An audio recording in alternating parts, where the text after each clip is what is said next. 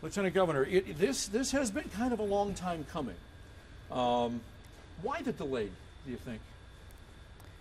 Our political process seems to start earlier and earlier every cycle, but I think the people of the state of Michigan really appreciate having somebody who that is focusing on the responsibilities given as opposed to always the next election. In fact, that's been the hallmark of this comeback that we've been on for the last 7 years, focusing on the work at hand, just knocking out one problem after another, getting more economic growth, getting more job growth, so that we can create a better future for our people. Mm-hmm. Is this in many ways a race between the Snyder camp and the Schuette camp as you go into the Republican primary? The future of Michigan is way bigger than any personalities. I'm not running because I want attention or that I want to be in the limelight. I'm running because I love this state. I've seen what it can do. It came out of the depths of the lost decade, when we were last on every list that you'd want to be first at. And we've climbed. We did the hard work of reinventing this state. We did major tax reform. We balanced the budget. We did regulatory reform, getting rid of and streamlining thousands of regulations. And then jobs started to grow. And now, as we're 7 years into this comeback, 500,000 new jobs into this comeback, we find ourselves #1 among Great Lakes states in job growth and #6 in the nation. So to me, it's not about personalities, it's about the future of Michigan and making sure our people have the best environment for success, the best future that they can possibly have. The Snyder camp does carry with it, though, the stain of the Flint crisis, and I know that you managed that on the front line. How do you put Flint behind the Snyder administration? How do you make this the Calley administration that continues carrying on that mantle? I decided that I would work shoulder to shoulder with people on the ground in Flint on the future. There were enough people that were looking backward, pointing fingers, casting blame, and not helping the community to move forward. So I moved my office there. I worked there so much in 2016, I filed a personal income tax in the city of Flint because that was my place of work.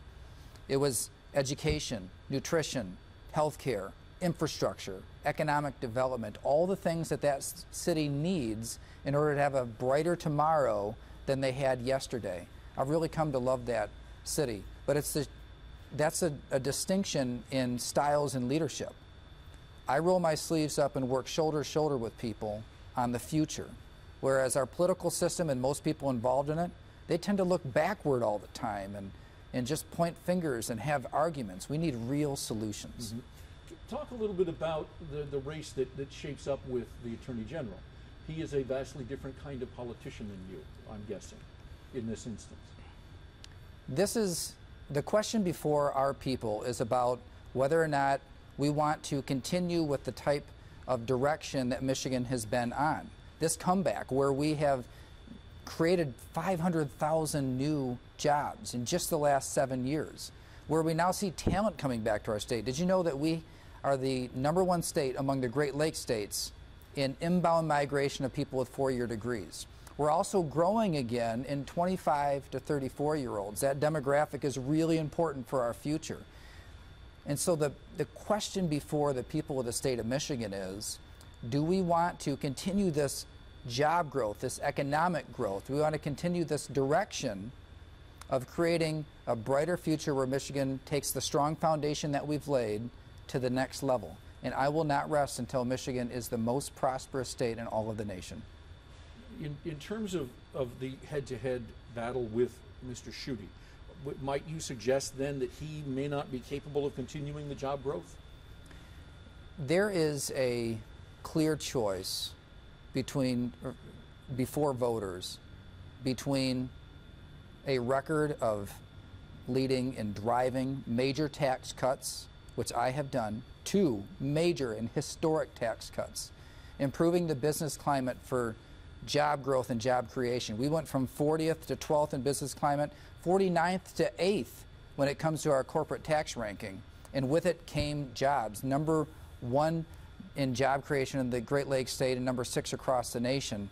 That is a record that has created or has totally changed and transformed lives in Michigan. And that's what I bring to the table. And as we look toward the future, it's really all about our people. You know, when we first started, our problem was lack of jobs. But now, 7 years and 500,000 new jobs later, talk to big businesses, little businesses, middle-sized businesses, they all say the same thing. We cannot find enough people to fill all these jobs that we're creating. That's why I'm so focused on the best education system, 100,000 new skilled trades jobs filled just in the next few years, and a social service system that doesn't just sustain people in dependence, but provides a pathway and a springboard toward employment. Are you concerned about a bare-knuckle Republican primary? Politics has turned into this constant day in, day out fight without results. But it's been different here. We've been about the work.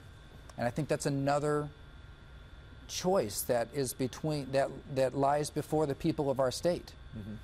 Do you want to have just fighting and arguing and bickering day after day? Or do you want somebody who will work hard, stay focused on creating a better future for Michigan and all of our people? And somebody who will just work hard and get things done. One of the things that a lieutenant governor has going against him or her is the idea that they're not very well known. And what is known about them is marginal. In other words, they're seen as sort of a secondary bit player. Are you ready to step up and show who Brian Calley is, as opposed to being the governor's number two? I have never tried to stand in the limelight. I've just been about the work. As I introduce myself to the state, I think the hardworking people in Michigan are going to appreciate somebody who has been integral in making all of these things happen, but never made it about himself. This election, 2018, it's not about Brian Calley, and it's not about even where we've been. It's about where we can go in the future. We have come so far, and that can help really capture our imagination about where we can go tomorrow and the years to come, creating the type of Michigan where our kids and our kids' kids have a higher standard of life and safer, more prosperous communities than we had ourselves. That's my goal, and that's what drives me. You realize, of course, that personality does matter, that the way you come across is vital. How do you want to come across to people, other than the notion that you were a hard worker? Who is Brian Calley, and what does the average Michigan voter take away from your candidacy?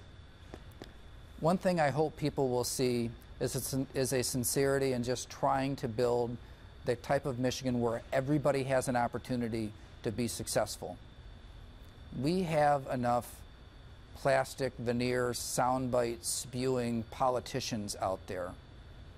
What the people of our state appreciate and what I believe they're looking for is somebody who brings a real plan to the table. Somebody who isn't seeking out attention or the limelight, who doesn't want to be somebody but wants to do something. That's who I am.